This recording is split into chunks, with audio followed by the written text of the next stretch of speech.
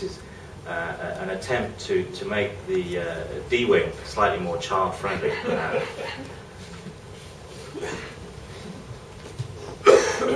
So how do we do this? And this is where I get to try and explain what interpretive planning is.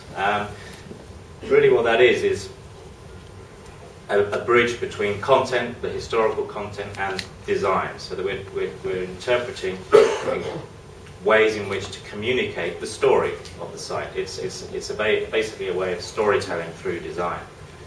And because of the wide range of audiences that we need to cater for and the diverse nature of the site, the important thing, I think, is to ask ourselves how we're going to do that. Now, this being a design forum, obviously there's a tendency to say, well, what does it look like?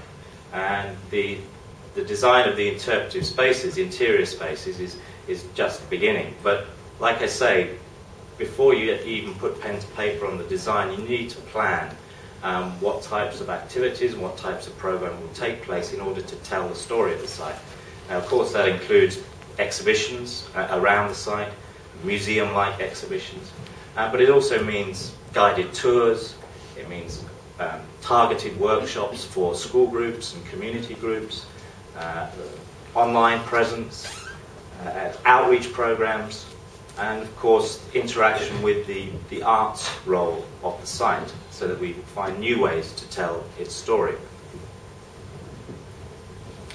Now, the heart of that interpretive effort will be an education office, which will run active programs of outreach to schools. Any museum knows that schools and community groups are the core of your audience. And that education office and the education officers that will be based there, of course, will be running and helping with the exhibitions. They'll also be running these active outreach programs. But as well, what we'd very much like to have is a pool of volunteer guides that will actually help to tell the story around the site, because they have authentic stories to tell. For example, this is Brian Koch, and he was an inspector on the site. He was involved in the prosecution of defendants in the 1967 riots.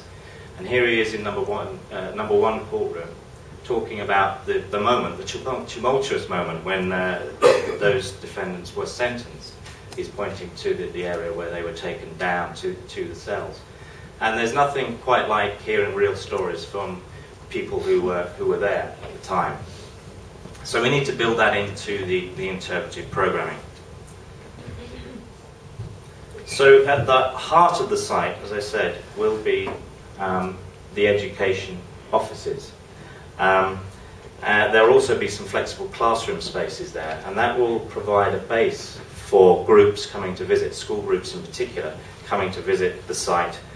For instance, a primary school group could base themselves here, they could get a briefing about the site, and there's a nice cluster of experiences for a school group. They could go into the cells in B Hall and hear stories about prisoners that used to be there, and then go back to the classrooms to discuss. They could go to the Magistrates Court, number 2 court, and have a role-playing experience about what a colonial 19th century court might be like, and then have a discussion about the role of law and order, the importance of trial by jury, and so on. And there are sites, interpretive spaces all around the site.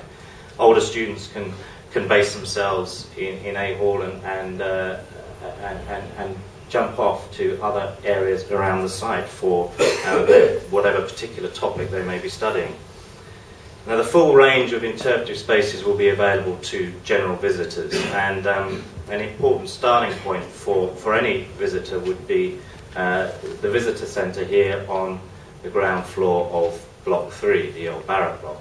And I think an important point to make that all these spaces, all these interpretive spaces are on the ground floor and very accessible for people. And from there, general visitors can then go on a trail around the site and have various experiences in these spaces that are distributed in the lower courtyard, in the midsection, and the upper courtyard. For instance, they could go into the old superintendent's office and learn about the major events that the site was involved with.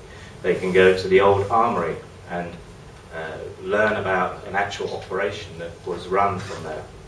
They can experience prison cells, they can hear prisoners' stories, they can go to F Hall and get a sense, a glimpse of what it was like for a visitor coming to see an inmate, and perhaps only be able to see their loved one through a glass interview booth, weeks on end for years, years and years. So there's a range of experiences, and we mustn't forget that the site is our greatest asset, and that by having these interpretive spaces throughout the site, a trail throughout the site, it will help us maximise the great asset that we have. A very exciting aspect of the interpretive programme as well is the opportunities to interact with those art activities that are going on the site, and David will talk more about that. The opportunity to interpret through art themes such as colonialism, freedom, the loss of liberty, I think these could have very exciting opportunities for happenings around the site, using the story of the site as an inspiration.